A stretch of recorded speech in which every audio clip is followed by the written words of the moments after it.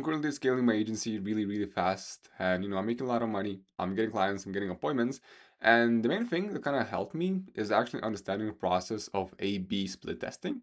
And now I know you see like two cookies on your screen right now, which is kind of funny, but bear with me. I'm going to explain the process in the most simple terms possible on how I A/B split test my campaigns, my sales process, or basically anything in my agency to actually help me scale without losing track of what's happening in the agency. Okay, so first I'm gonna explain the process of A/B testing, and then I'm gonna show you examples and talk over what I've split tested that kind of helped me. Okay, so let's say we have two cookies. Okay, those two cookies is one a chocolate cookie, and the other one is a sprinkle cookie. Okay, then we have two audiences, right? Let's say I give the audience of, let's say, even 50 people an a chocolate cookie, and the other one I give sprinkle cookie. Okay, the audience is almost completely identical to each other, right? They're almost the same. We found them at the same spot. We found 100 people in the same event, and we're testing out with cookies. Okay, now let's say everyone eats a cookie, and we see that more than 50% of the audience, so 25 people, liked the chocolate cookie, and the other audience liked 35 of the people liked this cookie better than this one. Okay, so what we find out is that 35 people like this cookie more than the other one. Okay, which is that's cool. Now what we're gonna do next is for a B split testing, because this was the A, this was the B, is we're gonna find another test. So right now in this case is gonna be a brownie cookie, and we're gonna get the audiences again and basically test it again with the audience to kind of see which cookie they prefer. Okay, now this is the most simple process possible, which I could have explained this whole A/B split testing process. Okay, another one thing is to kind of keep in mind is only testing one thing at a time. Okay, so I'm not gonna do three tests with at the same time, because it's not gonna be ideal. A/B split tests is ideally one by one, being split tested. Okay. Now, the whole process of A/B split testing that kind of helped me scale my agency is actually split testing everything. Even when you're not sure what to do, just kind of split test it. What I mean by that, even if you have like a sales process, all right, the usual sales process is considered of let's say the four parts. First one, I guess five ones. First one is the introduction, right? Intro. Second one, which is usually the longest one, is the discovery phase, where you ask a bunch of questions for the prospect and see what's happening. Third phase is actually the pitch, right? Your offer, what you can offer to the people, and then is the getting the commitment, asking for the call to action, getting the money and the pricing, and then usually what comes after that is the objections. Okay. Now with all of this is here you have five phases. You have a bunch of questions. Here you just have your current hi, hey, how are you, welcome in, your pitch, your offer, your call to action, giving the money and seeing if they want to move forward or not, and then the objections that you want to handle. Okay. Now when you do split testing, and speaking of split testing terms, and let's say you have a pitch, you're closing at a 15% closing rate, no, which is not ideal. You're getting clients out of uh, 30, like out of 20 bookings, out of 20 appointments that you go with, you should be closing 3 clients, right? Which is not bad, right? So wait, did I say correctly? 2 clients? Yeah, 3 clients out of 20 bookings at 2 clients, 3 clients, sorry. Yeah, now you want to increase the sales conversion rate, right? One thing you gotta know is what to change, right? Because there's just so many things on the table that you can change, but you're not sure what to start off with. So you kind of can start from the intro, from discovery, pitch, CTA, or the objections. If you want to split test, properly, what could happen is the intro, right? You might be fucking up the call like right away, and you may be thinking, when someone joins, these people are like mad, like off the first minute.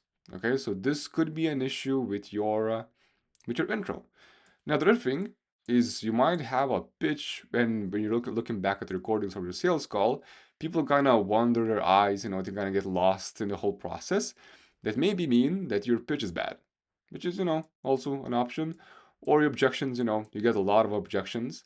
But what it means if you're getting a lot of objections, usually it's because of the sales process, right? Most of the time. Now you want to change something. You want to change something so you have maybe a 20% closing rate, right?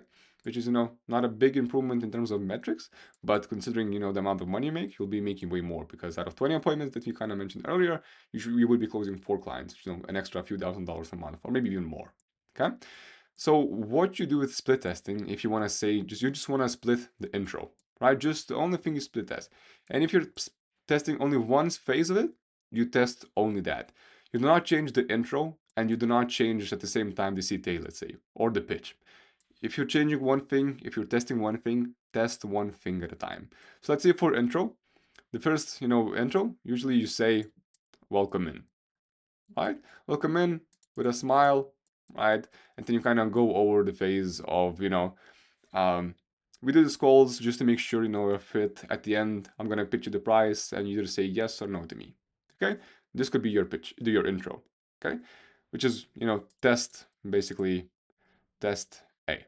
Okay, now the other thing you want to test is actually test B. So how could you change test A from test B? So in terms of asking for kind of overview of the sales call, how it's gonna go. For example, I'm gonna, like I mentioned earlier, we're gonna go over the sales call. I'm gonna ask you a bunch of questions, and I'm gonna offer you something. And if you feel like it's a fit, you're gonna say yes or no to me. Okay. Now the other test B, maybe you kind of cut off the overview completely, right? Overview. Let's say this is overview. I know it's kind of hard to write. We cut off the overview completely, and we just say welcome in, and then how can I help you, right? Just like everything else is the same. We just remove the overview part, so kind of go straight into the question. Now we see that just by removing the whole, just by removing this whole overview in the initial, first minutes of the sales call, we got, looking at the rate results, we got, people that looked more, in the sales call itself, they are more engaged, right? Because usually what happens is with those, or intros, they might have some sales resistance or like right at the start because that's what every salesperson does, essentially. Okay, so you can see after doing 10 calls with this test and 10 calls with this test, you can see the test B, right, have more people that are more engaging, right? This is kind of like a hard metric to track, honestly, but this is something you can see personally, right? Doing your sales calls, you can feel how people react to it, react to you, essentially. Okay. Now, test B is the winner. Cool. You got the this intro part down. It seems like it's everything good right now. Then you go into the discovery phase, right? In the discovery phase, you usually have a bunch of questions coming in, right? You have a bunch of questions. What you're doing, what your niche, blah blah blah. So with all of that, you can just also test it. Now with testing, with sales scripts, it's kind of annoying because you have to like test almost like one question at a time, or like even remove a question and continue without it, right? So obviously, hopefully you get the point where you have to test only one thing at a time. Okay. Now to give you an example with like cold outbound, for example, cold DMs or cold email, you want to test also the same way, right? So an email usually has a few parts. First part is the subject line, right? Is that the subject line of the email, right? Then we have the first line, what I'm writing, first line, let's do this. They have the first line, right? Like the hey, like hey name first line, right?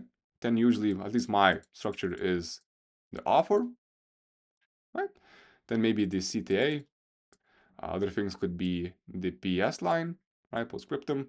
And I guess these are the main things, right? You might have a question, but I'll just do it this way just for example's sake, for making life easier, basically. Now, let's say you want to test the subject line, right?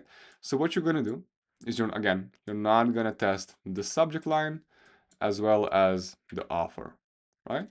You don't want to do that because if you're testing two things at a time, what will happen is once you get those results, let's say you got better results, you're not going to know which change, which test got the better result. Was it the subject line that got you the better result, or was it the offer? Okay, hopefully you get what I mean by that. So for example, if you're testing the subject line, we are testing the subject line only, right? So if we are testing A, testing B, we send out, let's say, we send out 300, no, sorry, 3,000 emails with each, and then we can see that our winner was, still subject line A. Okay. Now you can see that we still have the winner. Maybe you want to test something else. Maybe people are not replying to your emails. Other thing you want to test out is actually the offer. Okay. Next thing you test is the offer. Create one more.